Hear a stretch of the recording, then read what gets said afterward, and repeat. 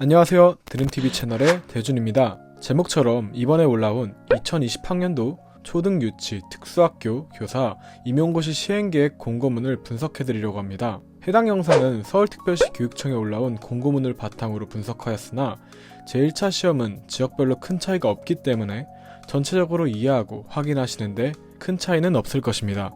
이 시험은 응시 인원 자체가 많지 않고 주변에도 시험을 처음 준비하는 분들이 많다 보니 궁금한 점에 대해 마땅히 물어볼 곳도 없고 시험을 본 선배들에게 물어보자니 시행 공고에 올라왔던 내용은 이미 잊어버린 경우가 대부분일 거예요. 이번 영상에서는 자칫 놓칠 수 있는 중요한 부분과 많이 물어보셨던 부분들을 중심으로 다뤄드리겠습니다. 또한 초등 임용고시 1차 시험의 출제 예상 요소를 정리한 자료를 나눔하고 있습니다. 제가 2018학년도 시험을 준비하며 직접 수기로 정리한 자료와 함께 출제 요소가 정리된 자료에 꼭 한 번은 보고 들어가면 좋을 만한 내용을 적어봤습니다. 신청 방법은 영상 설명란과 댓글을 확인해주세요. 자, 그러면 시행 공고문 세부 분석 시작하겠습니다.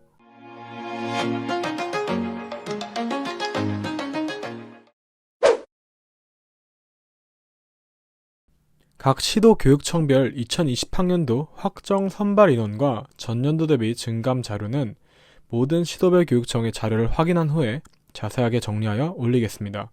빠른 시일 내에 완성 후 영상 설명란과 댓글에 링크를 기재해 두겠습니다. 여기서 공사립 동시지원 1합격제에 대해 간단하게 설명드리겠습니다. 쉽게 말해 사립학교에서 제1차 시험을 위탁하는 것입니다. 제1차 시험은 똑같이 치른 후에 그 점수로 우선 1차 합격자를 결정하고 불합격한 경우에 한해 동일한 점수로 이지망한 사립학교에서 합격 여부를 결정할 수 있도록 하는 제도입니다. 즉 제1차 합격 커트라인인 1.5배수 근방에서 아깝게 불합격한 경우에 또 다른 기회가 주어지는 제도라고 보시면 될 것 같습니다. 다만 이는 응시 분야에 자리가 있을 경우에만 지원이 가능하니 확인 바랍니다. 다음으로 시험 일정 및 합격자 발표입니다. 여기서는 제1차 시험과 제2차 시험 날짜를 확인해 주시고 꼭 캘린더에 저장해 주세요. 또한 시험 과목과 시험 시간 또한 공지가 됐기 때문에 2학기에 실전 연습을 하게 되신다면 이 시간을 확인해서 최대한 비슷하게 연습하시는 걸 추천합니다. 제1차 시험에서는 별도의 점심시간이 제공되지 않습니다. 따라서 간식, 도시락 및 음료를 각자 챙겨 가셔야 합니다. 제1차 시험은 오후 2시 이전에 모두 끝났기 때문에 아침을 든든하게 먹고 간단한 간식거리만 챙겨가도 괜찮았습니다. 영상 설명란에 제1차 시험의 자세한 후기를 적은 글을 링크해뒀습니다. 시험 직후에 적었던 글이라 시험장이 대략 어떤 분위기인지 파악하고 그에 맞게 준비하는 데 도움이 되실 것입니다. 또한 시험 장소는 향후 홈페이지를 통해 안내되는데 지원하신 시도교육청이 어느 곳이냐에 따라 해당 지역에 있는 학교에서 시험을 치르기 때문에 시험장까지 이동하는 시간도 꼭 고려하셔야 합니다. 다음으로 응시원서 접수입니다. 여기서부터 매우 중요합니다. 가장 먼저 접수 기간을 확인해 주시고요. 그 다음 4. 응시원서 접수 시 유의사항으로 가주세요. 1번 공립유치원, 초등학교, 특수학교 교사 임용시험 지원자는 타 시도 및 국립학교에 중복 지원할 수 없으며 한 개 시도교육청에만 원서 접수가 가능합니다. 단 장애인 선발 예정 분야에 지원하는 자는 2개 시도 이내 중복 지원이 가능합니다. 5번 차후 원서를 접수할 때 응시자 본인에게 해당되는 시험명을 선택해서 응시 원서를 작성해야 합니다. 원서를 접수하기 전에 다시 한번 확인해 주시고 접수 후에도 수정이 가능하니 다시 들어가서 올바르게 작성했는지 꼭 확인해 주세요. 여기서 응시 분야는 수정이 불가능하기 때문에 지원할 때 제대로 확인해 주세요. 7번이 여기서 제일 중요합니다. 지역 가산점은 기준을 충족했다고 자동으로 챙겨주는 게 아니라 응시원서 입력 사항에 직접 입력하셔야 합니다. 입력하지 않으면 지역 가산점을 받을 수 있는 기준이 되어도 반영이 되지 않습니다. 이것을 잘 몰라서 놓치고 있다가 뒤늦게 허겁지겁 챙기는 사람들이 생각보다 많으니까 꼭 확인해 주세요. 8번 응시원서를 작성할 때 최근 6개월 이내에 여권용 컬러 증명사진 파일을 첨부해야 합니다. 졸업사진 촬영 시에 원서용 사진을 촬영하셨다면 그걸 사용하시면 됩니다. 따로 파일이 없다면 규격에 맞게 촬영해서 업로드 해주시면 되고 나중에 1차 시험에 응시할 때 컬러 프린트로 수험표를 출력하여 가지고 가셔야 하는데 그때 수험표에 들어갈 사진이 됩니다. 16번 인터넷 응시원서 접수 시 첨부 스캔해야 할 서류 목록입니다. 제출 대상자에 해당한다면 꼭 확인해주세요. 그리고 파일 첨부할 때 파일명 또한 안내하고 있으니 그에 맞게끔 이름을 바꾸어 첨부하셔야 합니다. 다음으로 증빙서류 제출입니다. 여기도 질문이 많은 파트이니 잘 확인해주세요. 1번.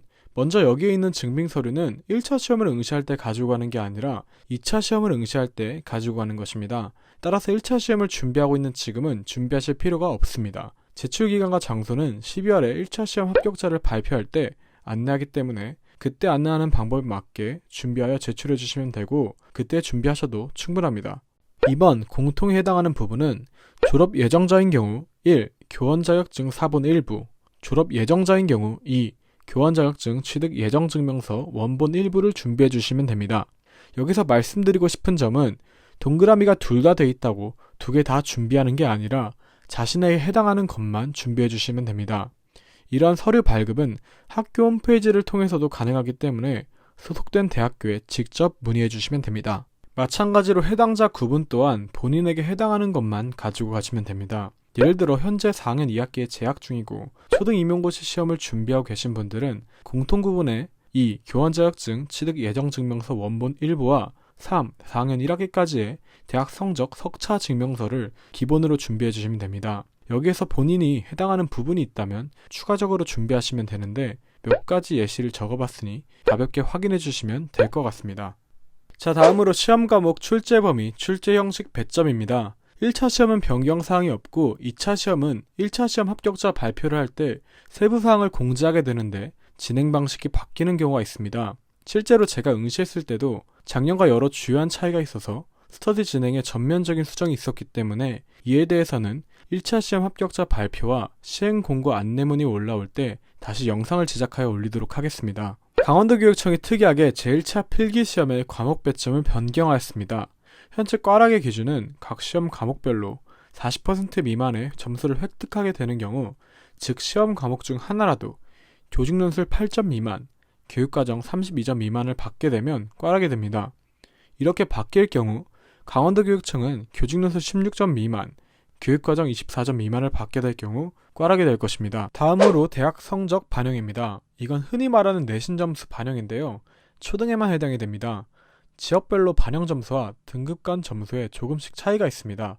현재 1차 시험에서만 반영이 되고 2차 시험에서는 제외되는 점수라 합격에는 거의 영향을 주지 않습니다. 다음으로 가점 및 가산점입니다. 만약 취업 지원 대상자 가점에 해당한다면 합격에 정말 결정적인 요인이 되기 때문에 반드시 확인하시길 바랍니다. 특히 이러한 가점은 최종 점수까지 반영이 되기 때문에 매우 결정적입니다. 이외 지역 가산점은 다음과 같은 구분으로 적용이 됩니다. 원서 접수 마감일 기준으로 발령이 난 이후에 시험을 응시한다면 지역 가산점 적용을 받지 못합니다. 가점 및 가산점은 원서 접수 마감일까지 응시 원서로 신청한 자에 한하여 부여하기 때문에 자신이 해당하는 분야에 맞게 반드시 신청하셔야 합니다. 그리고 올바르게 신청하셔야 합니다.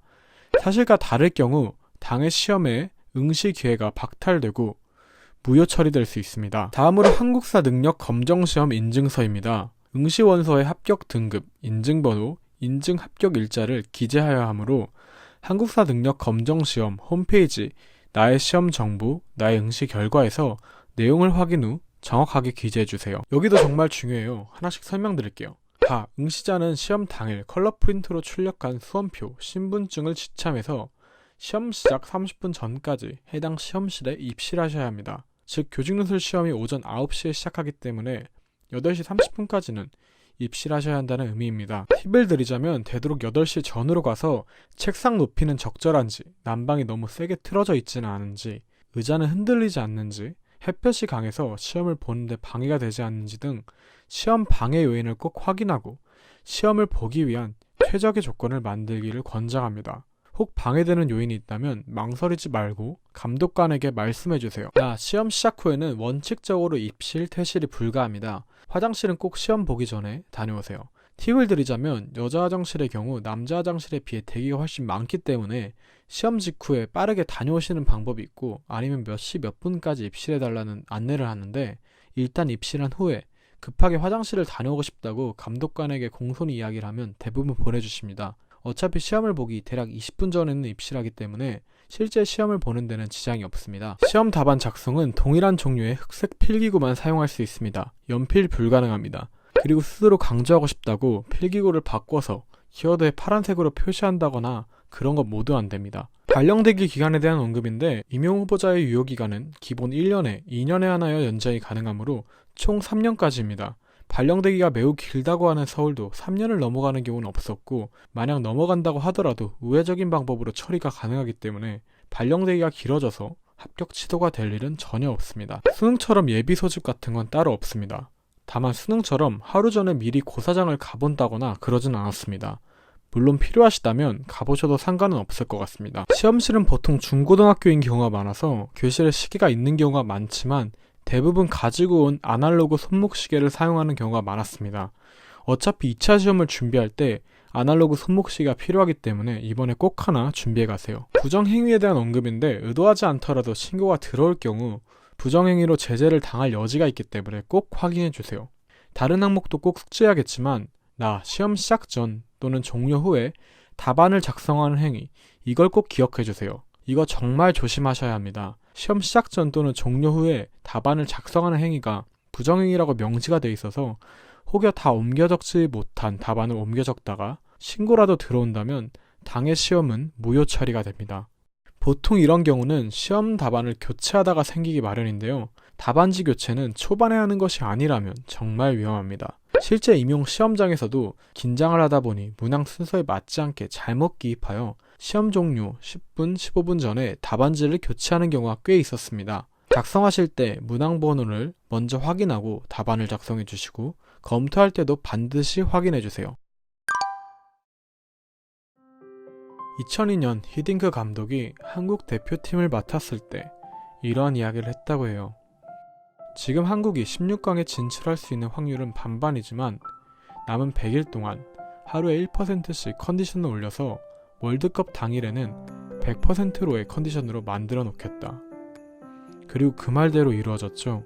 남은 시간이 어떻게 보면 참 짧기도 하지만 하루에 1%씩 컨디션을 올리고 하루에 하나씩 의미 있는 변화를 만들어 간다면 점점 눈앞으로 다가오는 막중한 부담감을 주는 이 시험에서도 좋은 결과를 기대해 볼 수 있을 거라고 생각합니다.